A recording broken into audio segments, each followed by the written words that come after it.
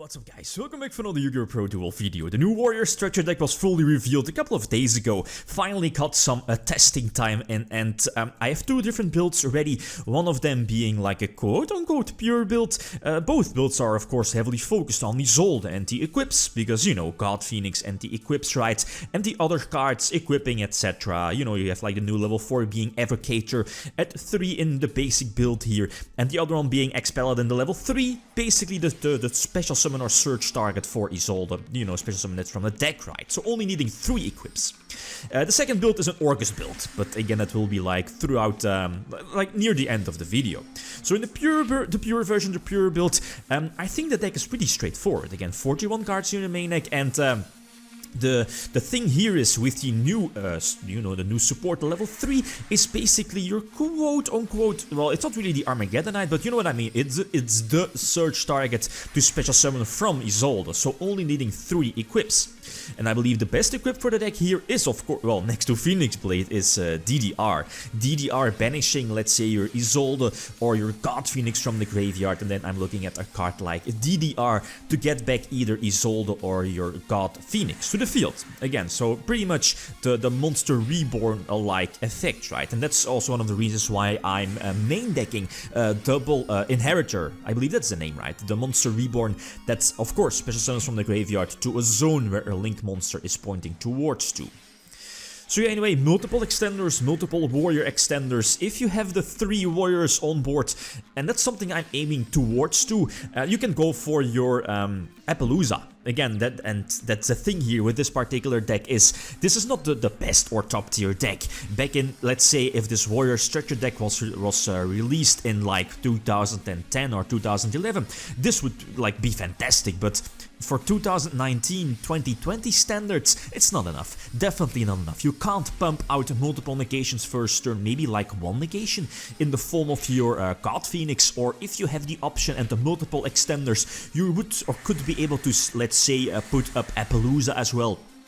But, you know, that's the problem of this deck. And, okay, you can do some cute stuff with your level 4 and your level 3. You know, your level 3, every time when it's summoned, and that only works like once per turn, you can equip something from your deck. So, let's say your God Phoenix or your level 4, your Evocator, that's definitely an option. And then, let's say if your level 3 is destroyed, and that's the only way it will trigger its most beneficial effect when it's destroyed, let's say by your opponent by battle, you can special summon all monsters that were equipped to it. And then let's say you equipped your level 4, the new one is basically a debris dragon, you know, like reborns anything from your graveyard. And I'm looking at your God Phoenix, for example, or the level 1 is like well, it's like a hand trap, I guess. It's a Dark Soul, an X-Saber Dark Soul for the archetype. So it's a searcher, but sadly only searches during the end phase. But the small advantage is it's a level 1, so you could special summon it from Isolde, only sending 1 equip from your deck to the graveyard.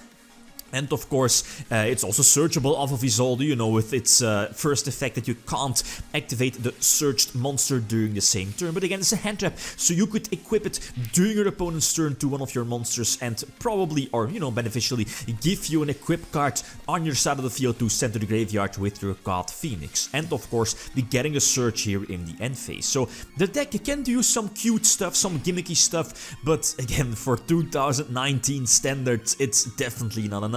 And okay, you can do some cute shenanigans like with the trap card as well. I think the trap is okay in the quote-unquote pure version, the regular version, as you see here, the first build. The trap is okay. It special summons something from the deck at a small discard cost, and you know, you're playing Phoenix Blade, so you don't need to really worry about discard costs, and that's good since it immediately gives your Gemini monsters the effect when they are special summoned from your trap card. The trap here in my hand, by the way. So getting the 4 monsters out, going for Appaloosa, getting the multiple monster negations, and having the hand trap in hand, which could potentially equip itself to Appaloosa, giving it 500 extra attack points. It could be important, like, I think here in this situation, or did he know that I have the equipment? I think I searched it right with Isolde, so I guess forcing out an extra negation was beneficial.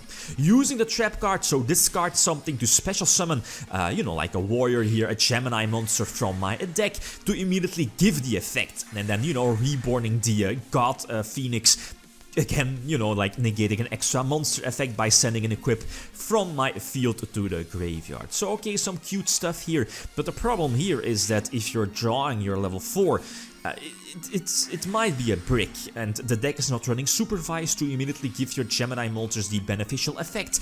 That's one of the reasons why you might want to run supervised, but I'm not a huge fan of that, so it's a bit iffy, right? Last example with a regular build, going second, going first, you can definitely do both. Instant Fusion definitely helps against a deck that puts up Colossus, or you know, that huge floodgate that prevents searches. So I have the normal summon warrior, that's good, and the extender being the butterfly.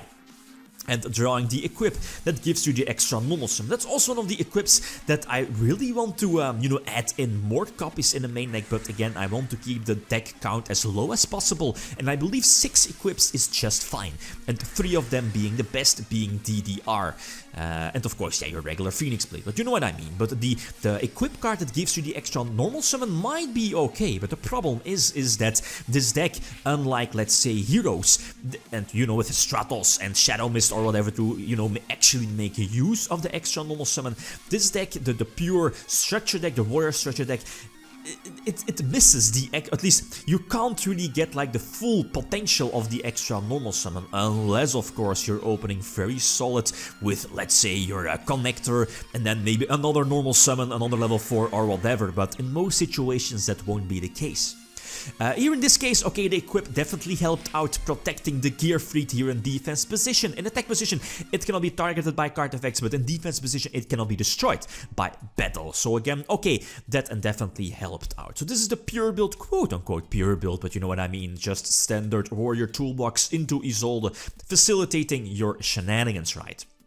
This is the 60 card version, the 60 card variant, and you know, with like the small Orchest engine in today's format, with a Nightmare Mermaid still legal. Again, let's face it, if Mermaid is not legal, it will be banned. You know, the Orchest engine will not be live by the time you're actually getting the structure deck. This deck, you know, will not be valid. But the thing here is, and I don't need to explain the Orchest engine, but the fact that the one of Isolde, the first turn Isolde, is so crucial for the archetype. Getting the search here, let's say search your God Phoenix, or search your level 1 warrior, your new equip warrior, to potentially equip during your opponent's turn, and of course Isolde sending the 3 equips directly from your deck to the graveyard is so crucial for the deck. Is that any interruption, let's say with Failure, a well-timed Failure or Impermanence, that, you know, might stop your deck in its tracks and, you know, not give you any other or beneficial plays. And that's where the Orchest engine definitely could come into play, like a follow-up play if your opponent has something for the Isolde. And let's face it,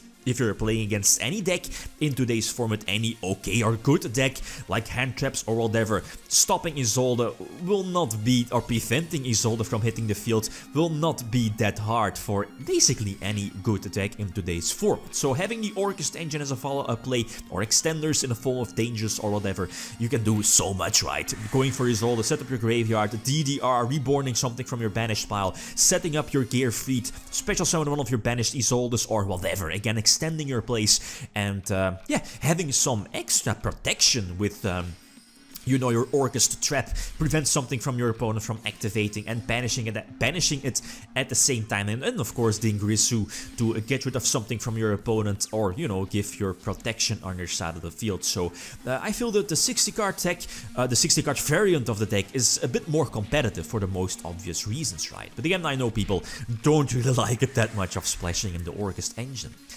So again, the extra normal summon definitely helped out, getting the second warrior here on my side of the field, going for Isolde, searching another connector indeed for next turn, but most importantly setting up the Phoenix Blade, yeah, and you know, making the Orchest engine live.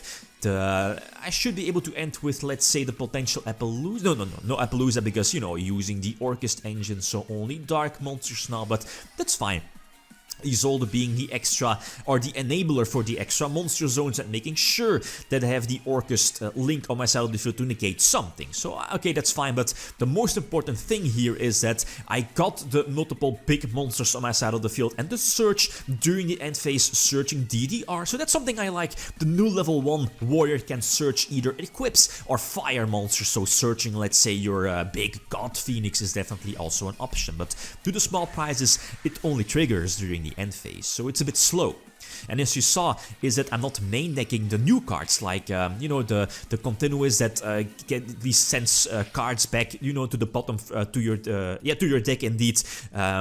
Like, those cards are fine, but they are, again, so slow, like your Gearfried, for example. In theory, it's okay. It's a card you definitely could main deck in the pure build, in the first version, but, I mean, in most cases, you'll just be praying that it's either a hand trap or something like that to prevent your opponent from, you know, like playing the game, or to just stop them and not OTKing you.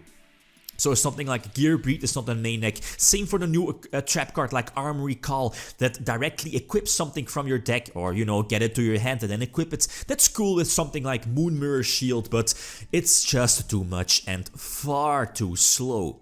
Something that might be a main deck option is Crossover, but again, it feels like a little bit of an iffy card. Equip something from your opponent to it, but again, in most situations you're just praying that it's either a hand trap or something like that. But Crossover is definitely a card you can definitely main deck. Okay, guys, that's it. Thanks for watching. Feel free to leave a comment or like if you enjoyed the video. Lithium signing out. Peace.